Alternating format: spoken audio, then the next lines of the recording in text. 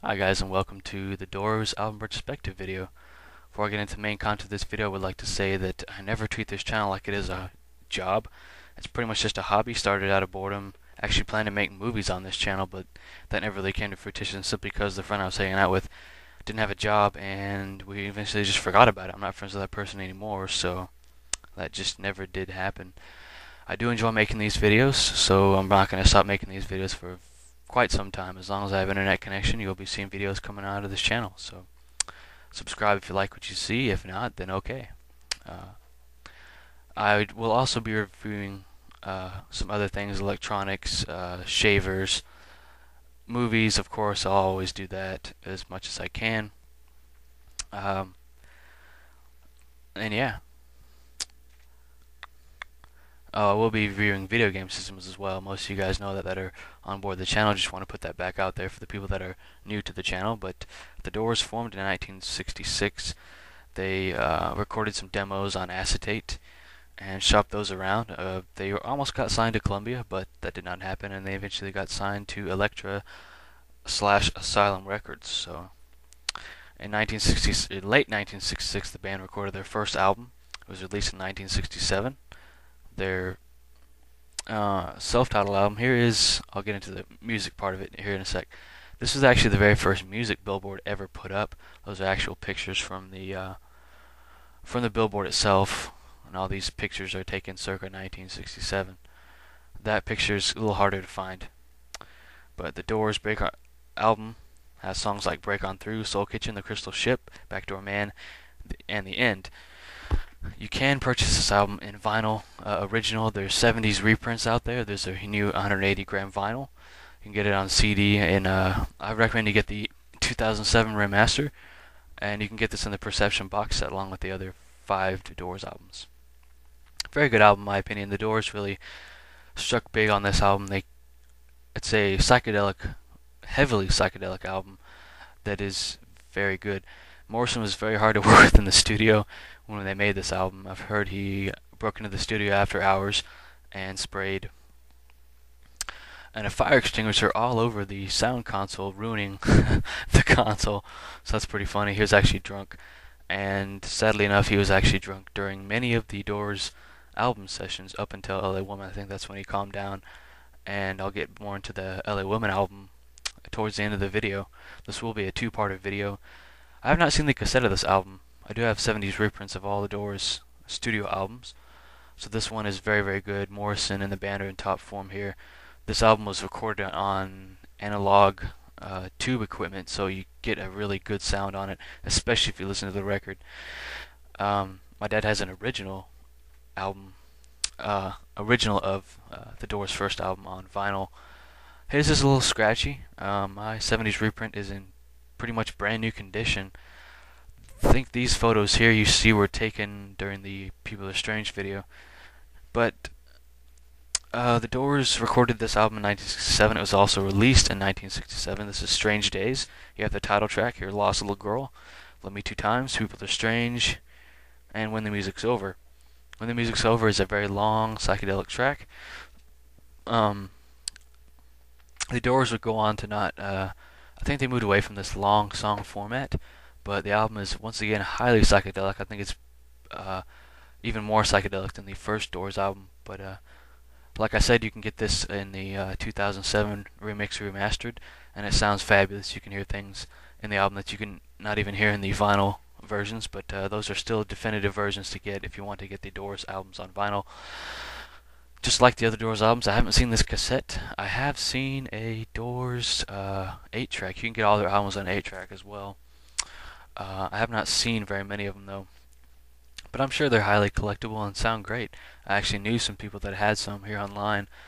There's pictures out there you can find of the actual 8-tracks. I had some pictures on a different computer but got rid of them. And I'll include pictures of 8-tracks in the next video. What this album cover is really interesting. I think one of the small guy you see there in the suit is still alive. I think the other people that are in the video or in the album cover are not alive. Let's see about the videos. There's like 2 videos that came out of this, but they're made way later on, like back in the 90s. That's when Ray Manzarek started putting together the Doors videos. The unknown, or I'll get into that later. So 1968, we saw Waiting for the Sun. You have songs like Hello, I Love You, Love Street, Not to Touch the Earth, Unknown Soldier, Spanish Caravan, Yes, the River Knows, and 5 to 1. There's the band there at a Mexican restaurant. Jim's eating a burrito or taco or something. The band really loved to go to the restaurants around California, and I think that was Barney's Beanery, I believe, or it was the Blue Boar. I don't know if a lot of those restaurants aren't around now, unfortunately. I know California and Texas are known for their very good Mexican food, but I'll get into that on my album or restaurant review. Anyways, this album is, I think the Doors are starting to move away from the psychedelic sound slightly on this album. It's not quite a psychedelic, it's a little more commercial in sound, but it is very good. There was one song that was called Celebration of the Lizard, which was not included on this album. You can find it on the Doors Best Of that was released in 2003, and that album cover has a color picture of the band on it, and very vibrant. And I did have that Best Of for quite some time, but got rid of it. Might get it back again, just to have that one track. But this album, I think Jim had started drinking heavily. There's pictures of the band in the studio that you can find on internet, online, on the Doors official forum. There's plenty of pictures you can find. That's where I actually found some of the pictures for this video. But there's a few, I think there's, let's see, how many videos are for this one? You can find some live versions of these songs being played after the album was released. And they got on different TV shows in Europe, and there's also a Live in Europe DVD you can get, which has some of these songs on it. It's a very good DVD. You can get it there's two different versions out there. One with bad picture and good sound, and there's one with vice versa. So really it's your pick. I would go with the better picture and open mic sound, which is not a bad thing. There's a poster there I was able to find. That's pretty cool. I think they're in California in this picture right here. But in 1969, we saw the band release the Soft Parade. You have songs like Tell All the People, Touch Me, Wild Child, Wishful Sinful, and the title track, which is a very long track. So I have to take back that statement that the Doors did not dabble into making really long tracks on their records. I think they like to do that simply because it was just a great way to experiment. This album is more horns and whistles in it. I think Morrison wanted to go with a more, I guess, classical music type or big band and swing type sound. But Jim was drunk during these sessions a few times. You can tell if you watch When You're Strange, the new Doors documentary, which I'll be talking about in the second part of this video. So look forward to that. But very good record overall. There was talk that the Doors were going to release this album without the orchestration. They kind of wanted to do what the Beatles did with Let It Be. And I think that would have been a neat concept. You can't hear these songs in their naked form without the orchestration in the live PBS show, which is on a collection of DVDs. I'll just put it in the annotations and description. But the band got into a little bit of trouble in 1969 when they went to play a show in Miami.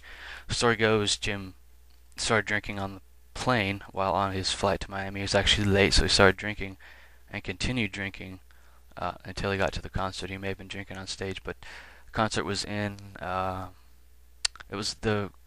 hall was overfilled. It was Dinner Key Auditorium. It was actually booked for 6,000 people to be there, and 10,400 showed up, something like that.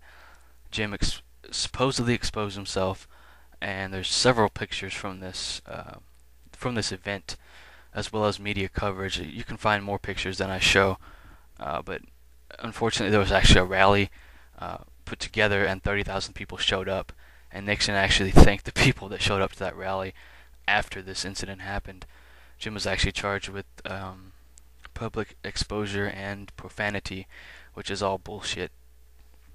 So Nixon was seen at that rally shaking hands with people that did not like the actions of Jim Morrison. You can get this in there's 4 or 5 bootlegs of this in different form. None of them none of the bootlegs are of soundboard quality.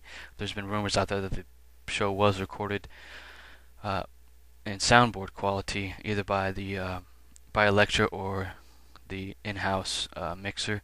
There's a ticket there from some show in 1969. I just found out that it was neat. But it's a really good show. The Doors they didn't play an entire set. They ended up just playing fragments of songs and completed a few songs. But very interesting show. 1970, we saw the band release Morrison Hotel. This album has songs like Roadhouse Blues, Waiting for the Sun, Peace Frog, I wrote it down as Peach Frog, Blue Sunday, and The Spy.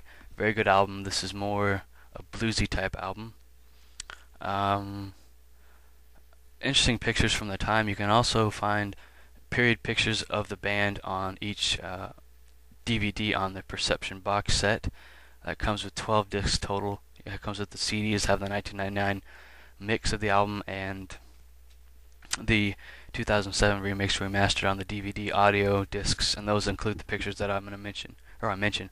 Some of the pictures that I show here are on these discs, but about this time, the Doors started really ramping up their live shows and putting on some very good shows. I think Morrison was not drunk for all of them, but whatever Elektra has captured so far on captured back then, rather, were some very, very good shows. Some of them vary in sound quality. They're all pretty good.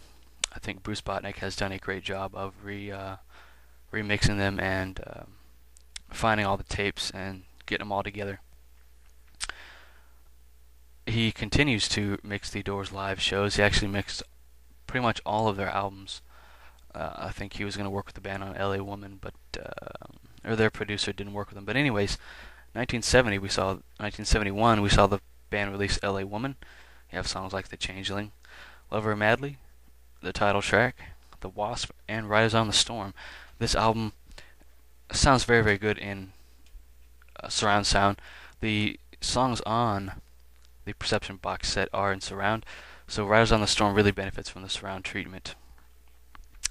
But very great album, very solid playing. This time the band really relaxed and went back to their root sound. You know, they didn't do a whole lot of overdubbing of the instruments or vocals, and it was just slightly raw record, very down to earth, great blues record. 1971, the band really did not tour for this album. They played a few shows, one in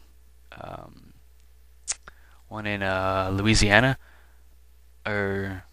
one in Louisiana, and one in Texas at the Dallas at the State Fair, which you can find that bootleg on the internet, or you can find it in CD format. It's a very good show. It's not soundboard quality. It's audience recorded. But yeah, that's just about the end of this video. There's Pam Corson. So look out for part 2. I'll talk more about the Doors. This will be covering more of their live releases and DVDs, as well as I think compilations, and I'll talk more about the band itself. So thanks for watching, guys, and have a good one.